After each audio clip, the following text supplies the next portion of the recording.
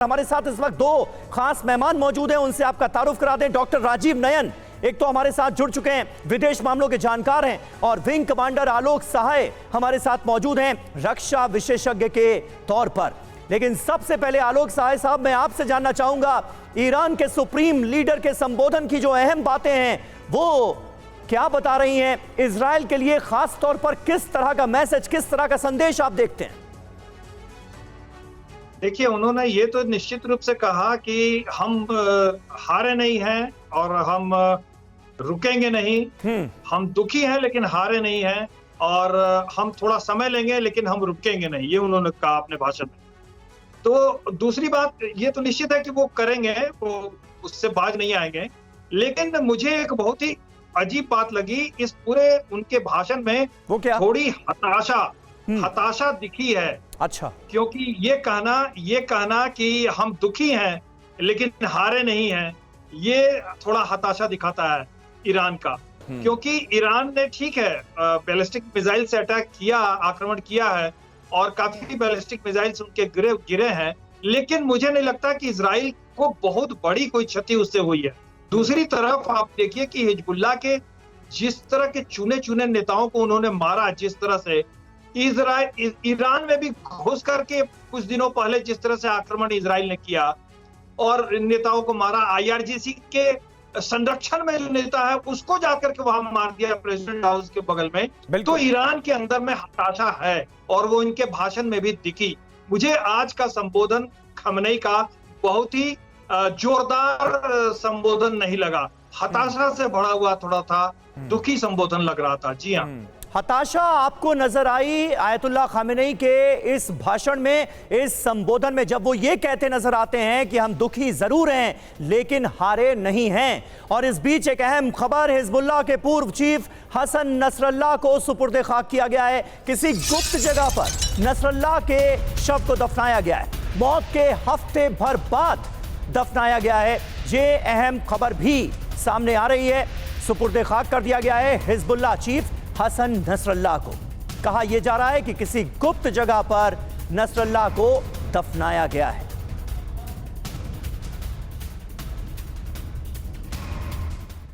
और देखिए, खामेनी के भाषण के वक्त ईरान ने हमला किया। ईरान के निशाने पर नेतन्याहू का घर, नेतन्याहू के घर के पास दागी गई हैं मिसाइलें। ये इस वक्त की एक और अपडेट, यानी ग्रैंड मस्जिद में जब खुतबा चल रहा था खामेनी का, उस वक्त हमले किए गए हैं इजराइल पर। अल कैसरिये में ईरान का मिसाइल अटैक सामने आया है और उसकी तस्वीरें आपको दिखा रहे हैं। मिसाइल हमले के बाद शहर में सायरन बजने शुरू हो गए।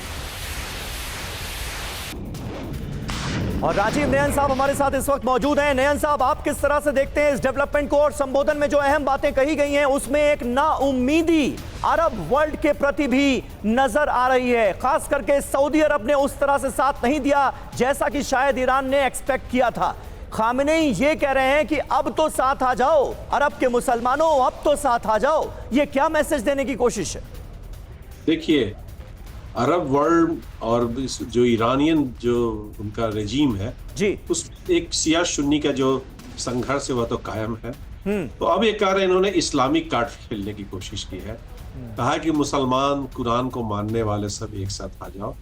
तो एक तरह से उन्होंने अपील की है कि अरब और शिया, मतलब शिया और सुन्नी, और अरब अगर कहें नेशनलिटीज के मामले में तो अरब और बाकी पर्शियन और फारस के लोग, वो दोनों अपने जो पुराने मतभेद हैं उनको भुलाकर, और एक शैतान, जो शैतान शब्द का उन्होंने इस्तेमाल किया, हो सकता है आपके देख रहा है टेलीविजन अनुवाद में शैतान हो, फिर कुछ शब्द आ रहे थे, उस शैतान के खिलाफ खड़े होने की आवश्यकता है। बिल्कुल इस लफ्ज का इस्तेमाल किया गया है, शैतान लफ्ज का।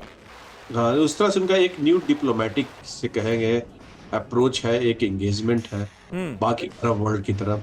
तो ये कह रहे हैं कि भाई एक अगर हम हो जाते हैं तो वो इजराइल हमला नहीं करेगा। लेकिन मजेदार बात है कि वो एक नहीं हो रहे हैं, बहुत दिनों से आपस में लड़ाई काफी चल रही है। और इस समय जो संघर्ष वहां यह भी चल रहा है, कहीं इजराइल पर हमला फिर से हुआ और इजराइल बदले में ईरान के ऑयल फैसिलिटीज और न्यूक्लियर फैसिलिटीज पर हमले की जो उम्मीद की जा रही है, तो उससे अरब वर्ल्ड पर क्या असर होगा। और माना जा रहा है कि अरब वर्ल्ड पर भी, उनके ऑयल फैसिलिटीज पर भी अगर ये एक साथ उनके ईरान के साथ नहीं आते हैं अरब कंट्री जी, तो उस पर भी एक खतरा हो सकता है। ईरान उन पर वो कमजोर टारगेट होंगे तो वहां पर वो मारेंगे। अभी हाल में ईरान के जो प्रेसिडेंट है वो गए हुए थे और अरब एशियन कोऑपरेशन डायलॉग में शामिल हुए। 6 डॉक्यूमेंट्स उन्होंने साइन भी किया। तो ये प्रयास चल रहा है उनका भी कि गल्फ कोऑपरेशन काउंसिल के साथ मिलकर कुछ एक नई संविदा तैयार की जाए, एक नया समझ तैयार की जाए। और देखिए उसमें अगर इस पहलू पर अगर देखते अरब वाला तो मैं वहां देखता हूँ। लेकिन जो सबसे मजेदार जो बात इसमें आपको उभर कर आई है जी, देखिए 3-4 प्रॉक्सी से माना जाता है कि ईरान इजराइल पर हमले करा रहा है। और उसमें से एक जो नया प्रॉक्सी जिसने उनको ओनअप किया है कि जितने प्रॉक्सीज हैं उन सबको खमैनी ने ओनअप कर लिया है। चाहे हमस हो, हिजबुल्ला हो या हुथीज को तो उन्होंने नाम नहीं लिया, लेकिन हाँ हुथी से अभी एक इस्लामिक रेसिस्टेंस जो फोरम जो करके आई है और उसने कल इजराइल पर उसने हमला किया था ड्रोन से जी, और उन्हें काफी नुकसान पहुंचाया था। तो ये भी अब एक उनका कई फ्रंट पे वो काम कर रहे हैं। तो नाम नहीं लेते हुए उन्होंने इन सारा लोगों की शहादत को उन्होंने एक समर्थन बिल्कुल दिया। और एक मैसेज देने की कोशिश ये नजर आ रही है कि नसरल्लाह का, हानिया का, सबका बदला लेगा ईरान। ये मैसेज, ये संदेश साफ तौर पर नजर आया। और बिल्कुल आपने सही कहा कि अपने तमाम प्रॉक्सीज को ऐसा लगा कि ईरान ने ओन कर लिया है। खामेनेई के संबोधन में जिस तरह से उनके जज्बे की, उनकी शहादत की बात की गई है, ये बिल्कुल साफ नजर आता है। ईरान के राष्ट्रपति की इस बीच इजराइल को चेतावनी क्या है, ये देखिए। हमला किया तो कड़ा जवाब मिलेगा, ये कहा है पजेश्कियान ने। इजराइल पर लगाया क्षेत्र में असुरक्षा को बढ़ावा देने का आरोप। ईरान के राष्ट्रपति पजेश्कियान की तरफ से ये बड़ी बातें कही गई हैं। तो इजराइल वर्सेस ईरान महायुद्ध का कोहराम। देखिए ईरान और इजराइल किस तरह से अब आमने सामने आ चुके हैं इस जंग में। ईरान ने 200 मिसाइलें दागने के बाद बहुत ही आक्रामक, बहुत अग्रेसिव रुख अख्तियार कर रखा है। वहीं इजराइल कह रहा है कि ईरान को सबक सिखाने का तो हमने संकल्प लिया हुआ है, ईरान को सबक जरूर सिखाया जाएगा, लेकिन वो वक्त हम तय करेंगे। एयर स्ट्राइक से इजराइल को एक मैसेज दिया गया है ईरान की तरफ से, और इस बात का जिक्र खामेनेई भी कर रहे हैं। वहीं सभी हमलों को असफल करने का दावा इजराइल की तरफ से किया गया है और यह बताने की कोशिश है कि इजराइल पर जो हमले हुए ईरान की तरफ से, उससे हमारा कुछ बिगड़ा नहीं है, बड़े हमलों का ट्रेलर हो सकता है। ईरान की तरफ से यह कहा गया, क्योंकि जब इजराइल पर हमला बोला गया तो कहा गया कि यह तो सिर्फ ट्रेलर है। वहीं इजराइल के रुख की बात करें तो वॉर कैबिनेट में आज बड़ा फैसला मुमकिन है, बड़ा फैसला लिया जा सकता है कि अब ईरान के साथ करना क्या है। परमाणु ठिकानों को सुरक्षित करना पहला लक्ष्य नजर आ रहा है ईरान का, क्योंकि जो न्यूक्लियर एस्टेब्लिशमेंट हैं वो इजराइल के निशाने पर हैं। ईरान को मुंहतोड़ जवाब देकर दुनिया को संदेश देने की कोशिश इजराइल की तरफ से की जाएगी। तो ये कुल मिलाकर दोनों देशों का रुख अभी की मौजूदा स्थिति में नजर आता है। वहीं इजरायली हमलों के डर से ईरान में अलर्ट है। पश्चिम ईरान में मौजूद पावर प्लांट को बंद कर दिया गया। पश्चिम ईरान के 12 पावर प्लांट्स बंद कर दिए गए। हथियार डिपो पर ज्यादा सतर्कता बरती जा रही है, यानी यहां की सेफ्टी, सिक्योरिटी बढ़ा दी गई है। ये इस वक्त खबर सामने आ रही है वेस्टर्न ईरान से।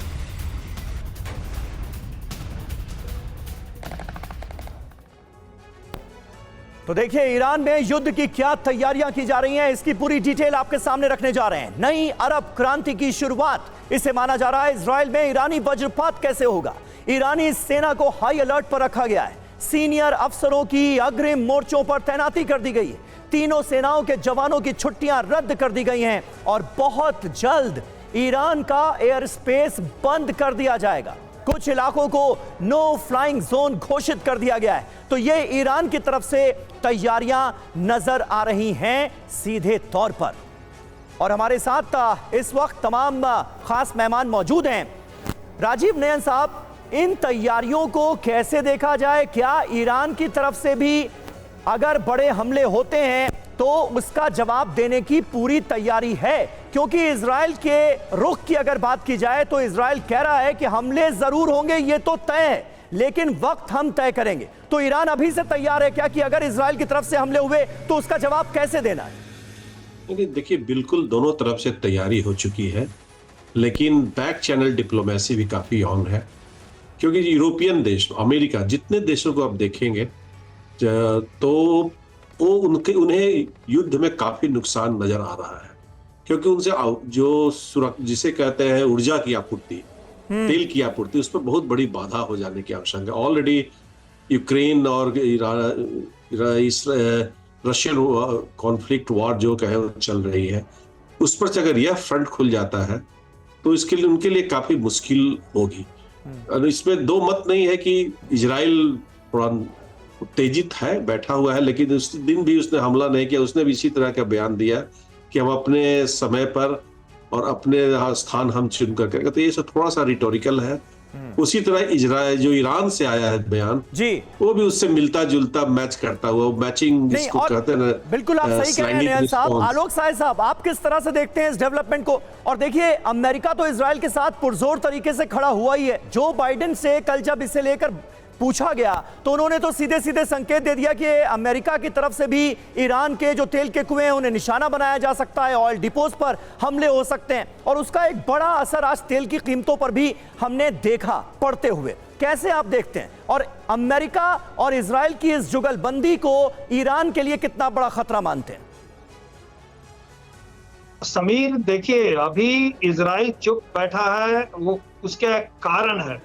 कारण ये है कि इजराइल की तैयारी अभी पूरी नहीं है। अगर इजराइल आज चाहे तो उसके पास इतने सक्षम जहाज और इस तरह के बॉम्ब्स हैं कि वो ईरान के न्यूक्लियर इंस्टॉलेशंस, उसके इंपॉर्टेंट पावर प्लांट्स और उसके जो डिपोज हैं, बड़े बड़े एम्यूनिशन डिपो, उनको वो आसानी से उड़ा सकता है। एक साथ कई जगह मल्टीपल अटैक करके उड़ा सकता है। लेकिन मुश्किल ये है, दो तरह की मुश्किलें हैं। एक तो अभी इजराइल ने अपने डेविड स्लिंग और एरो 2 की जो कैपेबिलिटी है उससे वो पूरी तरह आश्वस्त नहीं हो पाया है। जिस तरह से मिसाइलें गिरी, वो एक खतरनाक संदेश है इजराइल के लिए। तो वो अभी तैयारी उस तरफ पहले करेगा, क्योंकि ध्यान दीजिए कि ऑप्टिमम कैपेबिलिटी में भी ये जो एयर डिफेंस सिस्टम है वो 90 to 92% किल उसका होता है। इसका मतलब ये हुआ कि अगर 100 मिसाइल लॉन्च किया जाए तो 8-10 तो स्नीक आउट करके आपको हिट करेंगे। बिल्कुल। और ये जो बैलिस्टिक मिसाइल्स हैं तो ईरान ने इस बार दागे हैं, ये बैलिस्टिक मिसाइल, इसका रेंज काफी बड़ा होता है। तो शहाब और फतेह का जो उसने इस्तेमाल किया है 180 मिसाइल दागा है, और ये मिसाइल उसके पास 3000 है। तो इजराइल को सोचना होगा कि हम आक्रमण तो कर देंगे, लेकिन अगर ईरान उसके रिएक्शन में आक्रमण करेगा तो हम किस तरह से अपना बचाव करेंगे, यह अहम है। और इजराइल बिना पूरी इस तैयारी के आक्रमण नहीं करेगा। लेकिन जैसे ही उसका दूसरी परेशानी उसके पास है कि वह किस रूट से जाएगा। मैंने बताया था पिछले कार्यक्रम में भी कि एक उत्तर का रूट है तुर्की, तो अगर वो ज्यादातर, मुझे उम्मीद है कि सऊदी अरेबिया से होकर के उसके फाइटर जाएंगे। और ये हमले अगर होते हैं तो किस तरह से इन्हें अंजाम दिया जाएगा, इस पर आगे भी हम बात करेंगे। लेकिन हम बात कर रहे थे ईरान की ताकत की, और उसी से जुड़ी एक बड़ी खबर आ रही है। युद्ध के बीच ईरान ने मांगी है रूस से मदद, सैटेलाइट निगरानी बढ़ाने की मदद मांगी गई है। कौन मदद मांग रहा है? ईरान। किससे मदद मांग रहा है? रशिया से।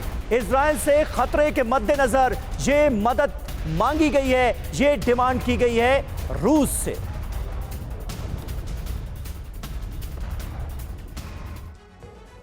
तो देखिए, ये बहुत महत्वपूर्ण डेवलपमेंट है। ईरान को रूस से सैटेलाइट निगरानी में मदद मिलेगी तो उसे क्या फायदा होगा, ये आपको बताते हैं। किस वजह से ईरान रशिया से मदद मांग रहा है, ये जरा आप समझिए। ईरान की जंगी तैयारी इजराइल पर कैसे पड़ सकती है भारी? क्या होगा? रूस सैटेलाइट निगरानी में मदद करेगा। ईरान को सैटेलाइट से तस्वीरें हासिल होंगी और बहुत सटीक तस्वीरें हासिल हो सकती हैं रूस की मदद से। ईरान को इसका फायदा क्या मिलेगा? ईरान की ताकत में बढ़ोतरी होगी, हवाई हमलों को वो नाकाम कर सकेगा। कितना घातक हो सकता है ये? मिसाइलें टारगेट पर सटीक तरीके से पहुंचेंगी, दुश्मन के हमले की चेतावनी पहले ही मिल जाएगी। तो ईरान किस तरह से जंगी तैयारियों को अमल में लाने की कोशिश कर रहा है और कैसे रूस की मदद एक्सपेक्ट कर रहा है, ये हमने आपको समझाया। और इस बीच देखिए इजराइल से युद्ध के बीच बढ़ेगी ईरान की ताकत। ईरान ने रूस से मांगा S-400 एयर डिफेंस सिस्टम। बहुत जल्द ईरान को मिल सकता है S-400 air defence system. Iran ने रूस से Su-35 लड़ाकू विमान भी मांगा है।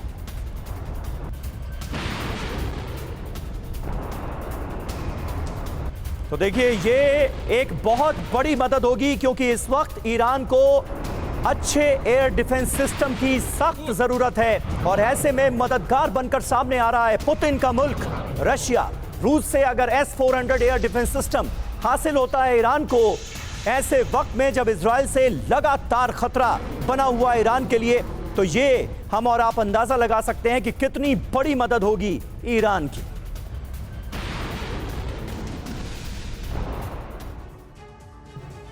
और आइए अब आपको बताते हैं कि इजराइल के पास कौन कौन सी मिसाइलें हैं जिससे रूसी एयर डिफेंस सिस्टम ईरान की हिफाजत करेगा।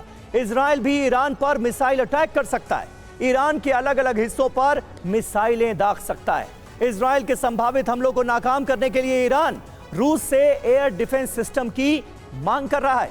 इजराइल के पास जेरिचो 2 और जेरिचो 3 जैसी खतरनाक मिसाइलें हैं। इन मिसाइलों की रेंज इतनी है कि इजराइल आसानी से ईरान के किसी भी शहर को निशाना बना सकता है।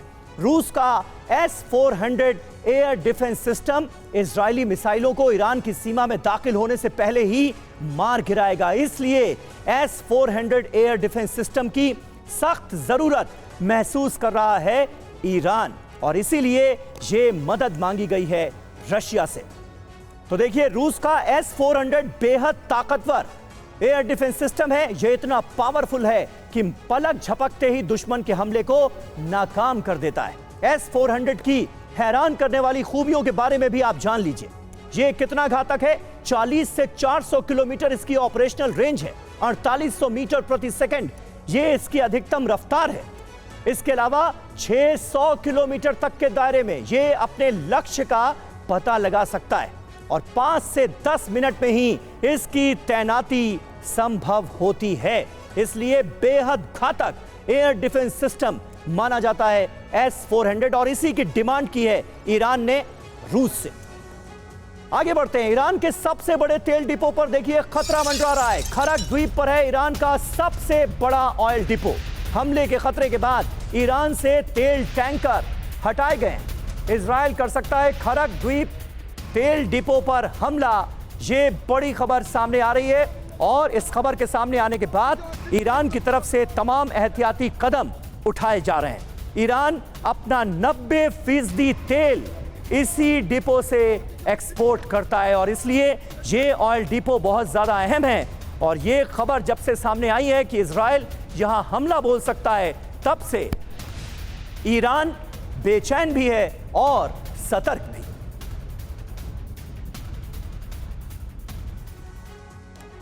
और आइए अब आपको सैटेलाइट इमेज के जरिए समझाने की कोशिश करते हैं कि खरक तेल डिपो जहां पर स्थित है वो एरिया कैसा है, और ये पूरा का पूरा ऑयल डिपो कितना बड़ा है। ये देखिए आप, तस्वीरें हम आपको दिखा रहे हैं। ये सैटेलाइट इमेज आपके सामने आ गई। खरक द्वीप तेल डिपो पर खतरा मंडरा रहा है। ये वो ऑयल डिपो है जो निशाने पर आ सकता है। यहां से 90% तेल एक्सपोर्ट होता है ईरान का। इसलिए आप अंदाजा लगा सकते हैं कि ये तेल डिपो ईरान के लिए कितना अहम है, और जाहिर है ये अहमियत ही इसे इजराइल का प्राइम टारगेट बनाती है। खबर ये सामने आ रही है कि ये ऑयल डिपो इजराइल के प्राइम टारगेट पर है, और अब इस खबर के सामने आने के बाद ईरान बेचैन भी है और सतर्क भी हो गया है, सावधान भी हो गया है। यहां पर लगातार अब तमाम एहतियाती कदम उठाए जा रहे हैं। ईरान का ये सबसे बड़ा तेल डिपो है, ऑयल डिपो है, जिसकी सैटेलाइट पिक्चर हम आपको दिखा रहे हैं, और इस डिपो से 90% तेल का उत्पादन होता है। तो तेल के कुएं, तेल ईरान के लिए कितना अहम है, ईरान की अर्थव्यवस्था के लिए कितना अहम है, ये हम सब जानते हैं। ईरान से 20 मील पश्चिम में ये ऑयल डिपो पड़ता है। उत्तरी फारस की खाड़ी के पास ये ऑयल डिपो है जो अब इजराइल के निशाने पर नजर आ रहा है, और अगर इस पर हमला होता है तो निश्चित तौर पर यह ईरान के लिए बहुत बड़ा झटका साबित हो सकता है। और सबसे बड़े तेल डिपो पर अटैक अगर होगा तो खरक तेल डिपो को जाहिर है निशाना बनाया जा सकता है। अब आपको दूसरे मैप पर बताते हैं कि खरक तेल डिपो के आसपास कौन कौन से देश हैं और कैसे इन पर खतरा मंडरा रहा है और इसके लिए ईरान क्या कर रहा है, ये आपको बताते हैं। ये देखिए, ये फारस की खाड़ी है, ये बहरीन यहां पर है और कतर यहां पर है। कतर की राजधानी दोहा से कभी हमास का शासन चलता था क्योंकि इस्माइल हानिया यहीं रहता था। खरक तेल डिपो, ये एरिया जो है ये खरक तेल डिपो का है। ये ईरान आपको साफ तौर पर नजर आ रहा है, ईरान के तमाम इलाके नजर आ रहे हैं। ये कुवैत है, कुवैत में भी तमाम तेल के कुएं मौजूद हैं, ये हम जानते हैं। और खरक तेल डिपो जो है यहां से 90% तेल का उत्पादन होता है। ईरान के लिए ये सबसे महत्वपूर्ण, सबसे ज्यादा इंपॉर्टेंस रखने वाला ऑयल डिपो है और इसकी यही इंपॉर्टेंस इजराइल के लिए ये ऑयल डिपो जो है इसको प्राइम टारगेट भी बनाती है। इजराइल के प्राइम टारगेट पर इस वक्त खरक तेल डिपो है, यहां पर इजराइल हमला कर सकता है, ये जानकारियां सामने आ रही हैं और इसके बाद ईरान की तरफ से तमाम एहतियाती कदम उठाए जाने शुरू हो गए हैं। तो खरक तेल डिपो पर बड़ा खतरा है और इजराइल इस तेल डिपो पर एयर स्ट्राइक कर सकता है। खतरे को लेकर ईरान पूरी तरह से अलर्ट नजर आ रहा है और जो जानकारियां वहां से सामने आ रही हैं उसके मुताबिक एहतियाती कदम उठाए जा रहे हैं। डिपो से सभी तेल टैंकर, जो ऑयल टैंकर्स हैं, उनको हटा दिया गया है, ये जानकारी मिल रही है। यानी बचाव के तमाम उपायों में जुटा नजर आ रहा है ईरान और जाहिर है सबसे बड़े तेल डिपो की रक्षा करना, उसकी हिफाजत करना इस वक्त ये प्राइम कंसर्न है ईरान का। आगे बढ़ते हैं। दक्षिण बेरूत में देखिए एक बार फिर बारूदी प्रहार हुआ है। बमबारी के बीच इजराइल के खिलाफ नारेबाजी हो रही है। लेबनानी लोगों ने नारेबाजी की है क्योंकि दक्षिण बेरूत के तमाम इलाकों को इजराइल लगातार निशाना बना रहा है। साउथ बेरूत के ये वो इलाके हैं जहां पर कभी हिजबुल्लाह का शासन चलता था। ये इलाके हिजबुल्लाह का गढ़ माने जाते थे और यहां पर कैसी बारूदी वर्षा की है इजराइल ने, ये आप देखिए।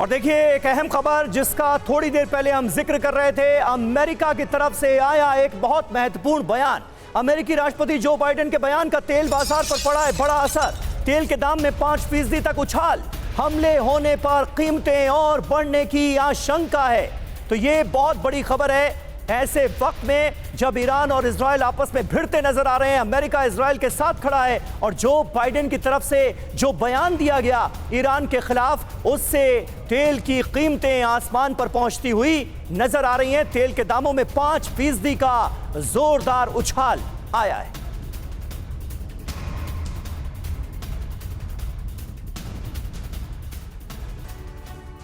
और आइए अब हम आपको ईरान के तेल भंडार की पूरी डिटेल देते हैं। ईरान के पास अकूत तेल भंडार है और ये उसकी बहुत बड़ी आर्थिक ताकत है। उसके पास दुनिया के कुल तेल का 9.5% भंडार है, 9.5%, जो करीब 157 अरब बैरल है। और विश्व में, पूरी दुनिया में अगर देखा जाए तो ईरान का नंबर इस मामले में चौथा है।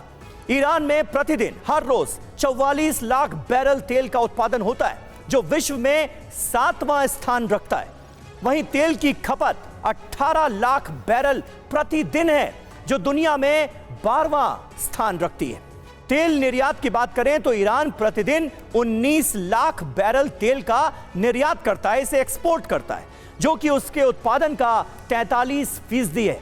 यानी जितना भी तेल उत्पादन करता है ईरान, उसका 43%, 43% वो एक्सपोर्ट कर देता है। और यही वजह है कि जो ऑयल डिपो हैं ईरान के, वो अमेरिका और इजराइल के निशाने पर नजर आ रहे हैं। अपने दोनों खास मेहमानों का बहुत बहुत शुक्रिया अदा करना चाहेंगे। तमाम डेवलपमेंट पर आपने बात की और कई महत्वपूर्ण जानकारियां हमारे दर्शकों को दी। आप दोनों का बहुत बहुत शुक्रिया।